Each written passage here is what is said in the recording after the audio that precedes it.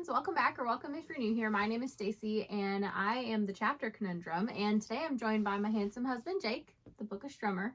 Hello. Because we have a very exciting video for you guys. It is readathon season for us again, and here we are to go over the prompts as well as Jake's TBR and our recommendations for the prompts for Battle of the Bands 6 Generations, which is happening in April. So if you don't know what this is about, definitely head on over to Jake's channel. We are going to have the announcement video for the readathon dropped over there at the same time. So if you want to start here to just get the prompts because you already know the gist of how it works and the rules, because it's like the same as the other 5 rounds we've done basically, then stick around. And if not, then maybe head on over to Jake's channel first and then come back here when you want recommendations for the prompts. So other housekeeping, just don't forget to sign up before April 1st. I have the sign up sheet automatically closing at April 1st at 5 a.m. Eastern. So that is the firm deadline for signups. So if you want to do the readathon, definitely go ahead and sign up and check the description down below for all the other readathon related stuff. So with all that business out of the way, let's go ahead and finally get into the prompts, the TBR for Jake, and the recommendations. The first team that we're going to go over, obviously the best team, Pink Floyd for the win. No, I have not decided what team I'm on yet, but I know it's not going to be Team Pink Floyd. Well, we don't need you anyway. Good. Anyway. Read your prompts and attack y'all. Oh, okay. Yeah. Prompt number 1 is Wish You Were Here, which is to read a book with a character who is longing for someone or something. So the book that I'm going to be rereading for this prompt is After Dark by Haruki Murakami. Very sparkly cover. But this fits because there's a character in here who is longing for their sister. Okay. So some recommendations in here. I would argue pretty much any romance is going to work for this prompt because, you know, they're longing for each other. And probably pretty much any mystery is going to work here too because there's going to be a character longing for the answer or the solution. But beyond that, I do have a few specific recommendations as well. I'm Not a Serial Killer by Dan Wells. One True Loves by Taylor Jenkins Reid, and if you're more of in a fantasy mood, then Blood Over Brighthaven by M.L. Wong. And also Half His Age by Jeanette McCurdy, new release that she has, definitely would fit into this prompt. And prompt number 2, Another Brick in a Wall, do a buddy read, another book on the shelf. Yeah, we have an abundance of buddy reads, hence the joke that it's another brick in the wall or just another book on the TBR. But the one buddy read I think we have going for April, well, we have a few. You're going to have a Redwall book. Mm-hmm. So whatever the Redwall read along is up to, I'll put that up here for y'all. We're going to have our Thrill, Chill, or Kill, which is Wolfworm by T. Kingfisher. And any of Jake's Patreon picks or books that are chosen for him will count towards the buddy read. You always make a channel for that on the Discord.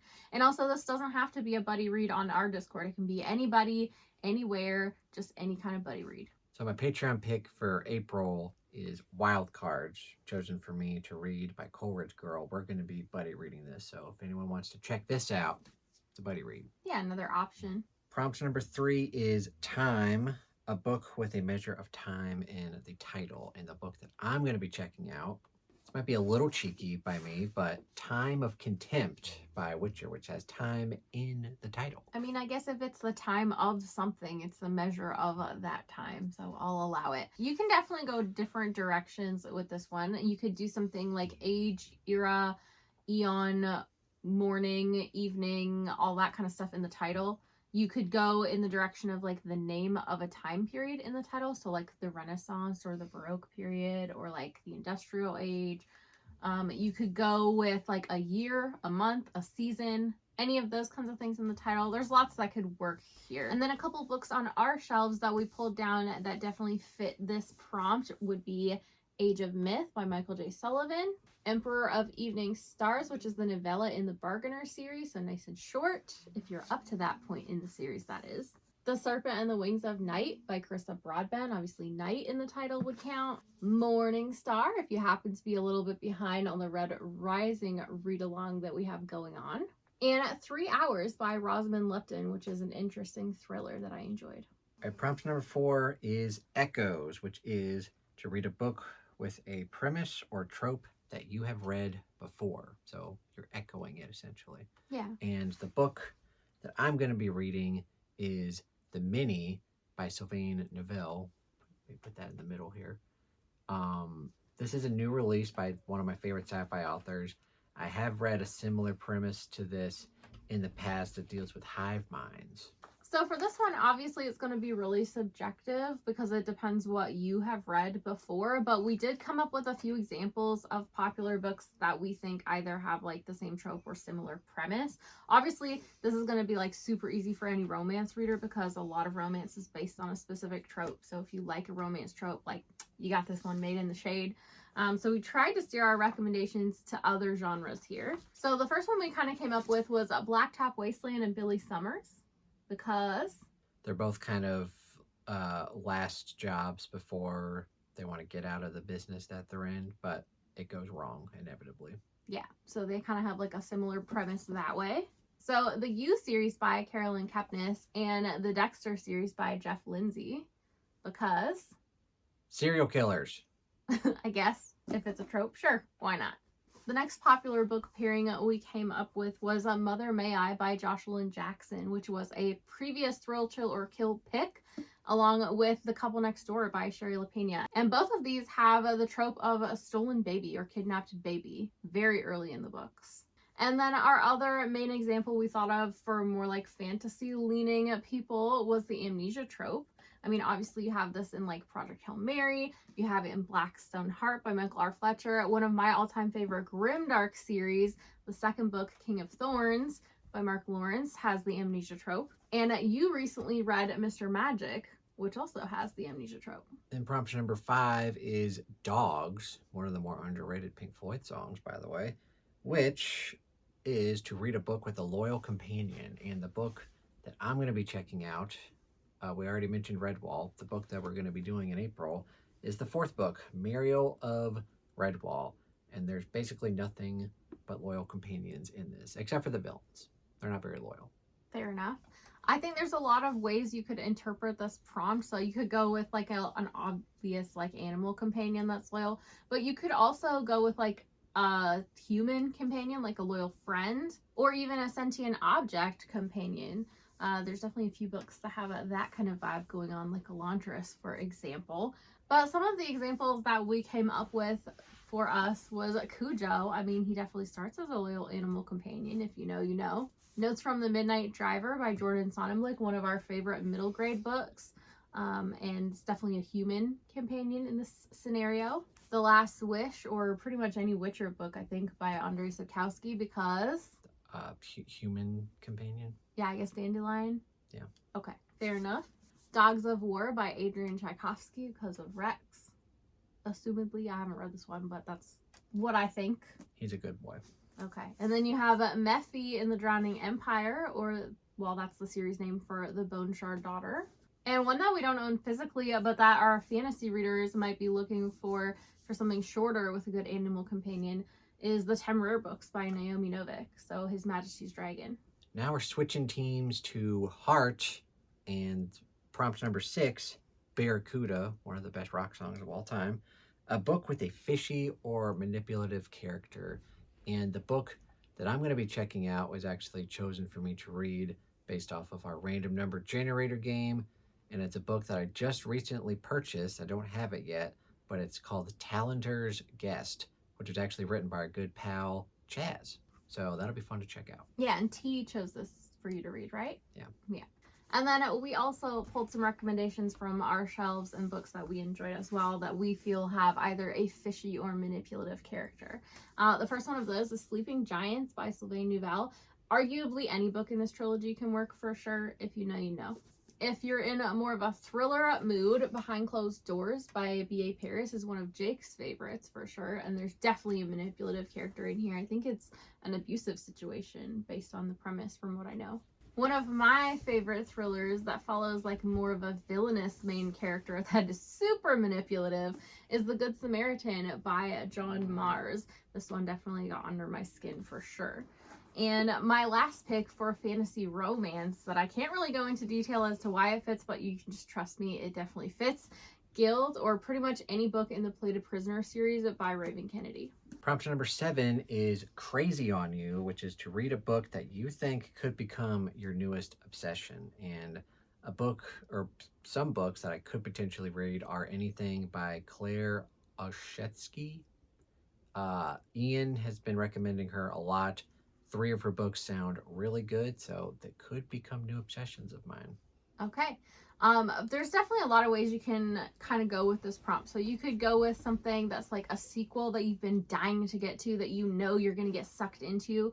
Maybe picking up a series that you know is going to be binge worthy, that you think could become your newest obsession for a little while. Any kind of 5-star prediction probably works for this. Any kind of book or series that you know you're going to dig into and have a million theories about, like it's that kind of read, or you've heard it's that kind of read, would definitely work, because that's kind of like a different, like you're obsessed with it while you're in the moment trying to piece things together and figure everything out. And then obviously, kind of as Jake suggested, something that your friends have really been digging that you think you could really vibe with and really enjoy too. I mean, any of those would be solid ways to interpret this prompt. So it's all kind of individual. We didn't have any specific recommendations, just suggestions on how to go with that.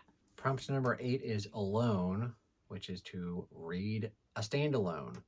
And a book that I could potentially read for this is Shark Heart, which is a book that apparently a loved one is slowly turning into a shark. It's pretty interesting. Yeah, not my kind of thing, but I hope you like it. If I get to it. Yeah, I've heard interesting things about it from Ian and Kelly, so we'll see. So a few standalones that we love, that we pulled off our shelves to show y'all. Dolores Claiborne by Stephen King. This is a fantastic audiobook if you're looking for more of those to get through more books during the readathon for sure. Jake would say Pure Nessie by Susanna Clark. Pretty short one. One of my favorite Taylor Jenkins Reid books that not everyone has read yet is After I Do. And we also think pretty much most horror and thriller books can probably work for this. I mean, there are some in series, but the vast majority are standalone. So if you read those genres, you have a pretty open field here. Prompts number 9. What About Love?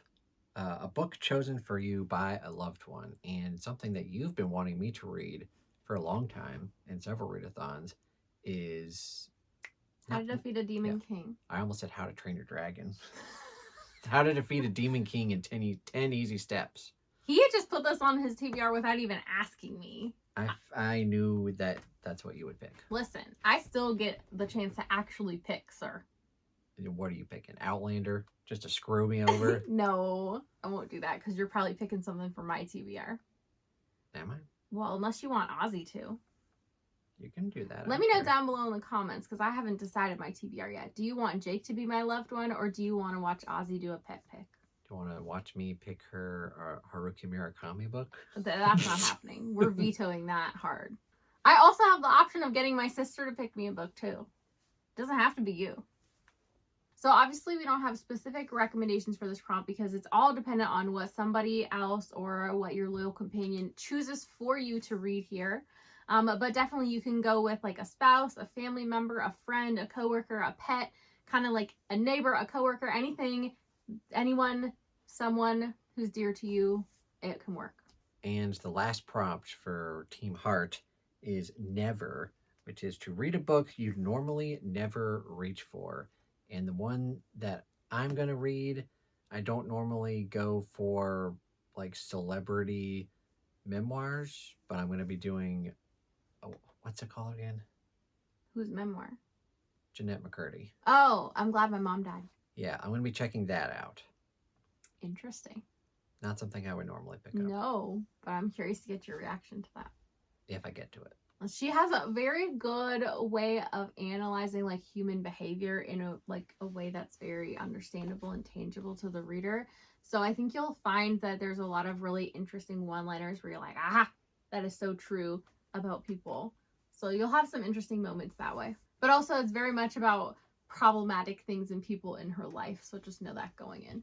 So there are definitely different ways you can go with this prompt. And again, we didn't pull out a specific stack of books for this because it's going to be very subjective to you. But you could interpret this as like a genre or a trope that you would never reach for, an author you would never reach for. You could go for a format of a book you'd never reach for. So Jake, for example, pretty much never ever reads ebooks. So you could use this as an excuse to pick up an ebook because I know you're not going to otherwise. A lot of people never reach for classics. You could go that vein with this, or an age category perhaps, like maybe you never ever reach for like middle grade or young adult. There are different ways to look at this one for sure. And now switching teams to Team Foo Fighters. Prompt number 11 is Everlong. Read a book that has stood the test of time. And the way that we're describing this is basically if it's 10 years or older. And the book that I'm going to be checking out. Well, first of all, it can't just be 10 years old. It has to be something that is still like talked about and read 10 years later. Or 10 or more years later. But continue. Can I do this? Yes.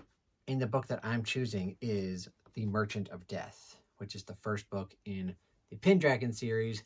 This was big and epic when I was in middle school, and I want to go back and check it out. And we pulled off a few from our shelves that we think fit this well. So pretty much any Redwall book. I mean, Redwall is still widely sold and read today, and it's been around for a hot minute. Hunger Games, definitely people are still talking about the original trilogy with the release of Sunrise on the Reaping. Pretty much any Stephen King book can count. Jake pulled off Salem's Lot here. But yeah, pretty much any King book is still going to be talked about today. And you also pulled off Sphere by Michael Crichton, which I would argue pretty much most of his books are still widely read and talked about today, like Jurassic Park, Prey, definitely up there. And a contemporary that we don't own physically, but that I happen to know is very popular still is Me Before You by Jojo Boyce, and I enjoyed that series.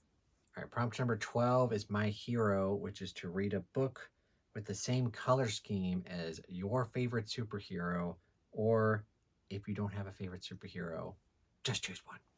Or choose your loved one's favorite. My personal favorite from when I was a kid was either Spider-Man or The Incredible Hulk, which is what I'm going with. And the book that I'm going to hopefully read is Saturation Point by Adrian Tchaikovsky, which has a lot of green. And of course, the Hulk is very green. Is this even the right green? I don't know what this cover looks like. I don't even care. They're both green. They're both green. All right. Wow. So a couple that we thought of right away, just like vibes of books on our shelves. We think Catching Fire is very much like Iron Man vibes for sure. To me, Jade City gives Green Lantern vibes for sure with that color scheme and cover. And then Yellow Face by R.F. Kuang could definitely give Wolverine vibes depending on which Wolverine costume or era you're looking at. But one of them is definitely yellow and black. So, I mean, something like that could work. So, yeah, some examples of books that we either enjoy or are interested in that definitely match a color scheme. Prompt number 13 is Times Like These. And that's to read a book that has been published in the 2020s. So, in the last, like 5 or 6 years or so. And what am I reading for this? I am going to check out Stargazer, which I think is book 2 in the Dan Wells trilogy. And these are all kind of like middle grade space opera thingies. They're pretty fun. Okay, sounds fun. So a couple of books that we recommend for this one are The Housemaid by Frida McFadden. Definitely Jake's pick here. You love that thriller.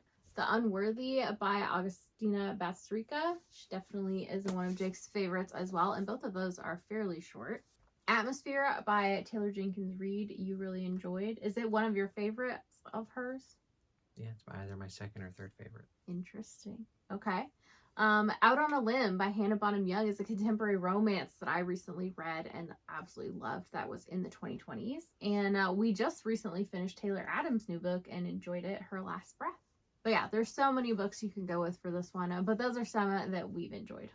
And prompt number 14 is Long Road to Ruin, which is to read a book featuring a villain origin story, and a book that I could read, which literally has this in the title, is Starter Villain by John Scalzi, which is basically a guy who inherits, I think, his uncle's villain layer or something. So it's literally an origin story for a villain. Oh boy. So I love a villain origin story, and I'm excited about this prompt. It may have had something to do with me. But some books on our shelves or that we have read and enjoyed that have a component with a villain origin story are The Push by Ashley Audrain, for sure. The Dead Zone by Stephen King, Jake's favorite King book. Vicious by V.E. Schwab, for sure would fit this. And one of my favorite grimdark fantasy series, The Broken Empire by Mark Lawrence, definitely. All right, prompt 15 is Monkey Wrench, the last one for Foo Fighters, which is to throw a wrench in your TBR and to read a poll pick. So basically, on the Bookish Tournament Discord, we have a place where you can set up a poll where people can vote on books that you want to read, and whatever wins, you do that one. Yeah, so we have a channel specifically dedicated to polls. If you'd like to post yours there, absolutely feel free. We're happy to help vote on it. But you don't have to use our poll channel for this prompt. If you have a platform or like a Patreon or something, feel free to use your own or like your own social media, whatever. As long as it's a poll and it's the winner of your poll, you're good to go. You don't have to, but it'd be a lot cooler if you did. Use the Discord, you mean? Yeah. Okay. And the last team we'll be going over today is the Killers. And the first prompt is Mr. Brightside, which is to read a book featuring betrayal. The book that I will be hopefully rereading in April for the betrayal prompt is Daisy Jones and the Six. Lots of band drama, lots of potential betrayal going on in that story. Yeah, there are lots of ways you can go with this prompt for sure. You think like intentional deception or manipulation or adultery, like any of those are going to be inherently a type of betrayal in some way. I think most revenge stories or stories that have a component of revenge, like they were probably betrayed to want revenge in the first place. So those can probably work here. But some specific examples that we can think of, one of my favorite thrillers, Playing Nice by J.P. Delaney, there's definitely a good element of betrayal in that one. Heartless Hunter by Kristen Ciccarelli, a fantasy romance featuring a witch and a witch hunter. You know, there's going to be some drama going on there. And I think a lot of thrillers are going to fit into this one. So we didn't pull out too many recommendations because we know a lot of you read thrillers. You could say the ultimate betrayal is your wife not joining your own team. Ha ha, very funny. You get joy out of attacking whatever team I'm on too. Don't give me this nonsense. I've never done that before in my life. Every round he like binges through whatever books that I'm on the team for. She's lying. Next prompt, number 17. Somebody told me. A book that you're excited about, but that has mixed reviews. And the book that I'm going to be doing for this by one of my all-time favorite authors who usually has good reviews, but for some reason this book has some pretty low ratings on Goodreads. That would be The Third Wife by Lisa Jewell. One of my all-time favorite authors, but people seem to be mixed on this book. Yeah, so you're excited for it even though it has mixed reviews. So a couple books that we thought of in this vein on our shelves, Baby Teeth by Zoe Stage. Definitely this one has mixed reviews, but we both love it. So if you watch our channels, you may be excited to read it regardless. So that might be a good shout here. Pretty much any book by Stephen Graham Jones, which is an author you tend to enjoy. A lot of his books tend to get very mixed reviews, but a lot of people are still excited to read them. And so we thought that would be a good shout. Another one that I know is The Court of Broken Knives by Anna Smith Spark. And this is another grimdark. And people don't always love the prose of this one, I think. And so it gets very mixed reviews for that. But yeah, so definitely a lot you could work with there. And also, this can be something that you were excited to read until you heard the mixed reviews. Like, that's still okay to count for this prompt. It doesn't have to be something you're still like super stoked, even though you've heard negative reviews personally. It can be something you at one point were excited for. Prompt number 18, Smile Like You Mean It. Read a book with a character with their face on the cover. And the book that I'm going to be checking out is my God Tier Level Patreon pick, which is Cabal by Clive Barker. Dyslexica wants me to read this, and it definitely has a face on the cover. So some books on our shelves that we either enjoy or are excited to get to with faces on the cover. We've got Alloy of Law, or pretty much any era too, I think, by Brando Sando. We've got a Redwall book in here. I think most of the Redwall books have a face on the cover for sure. Fantasy romance that I desperately need to get to, Quicksilver by Callie Hart.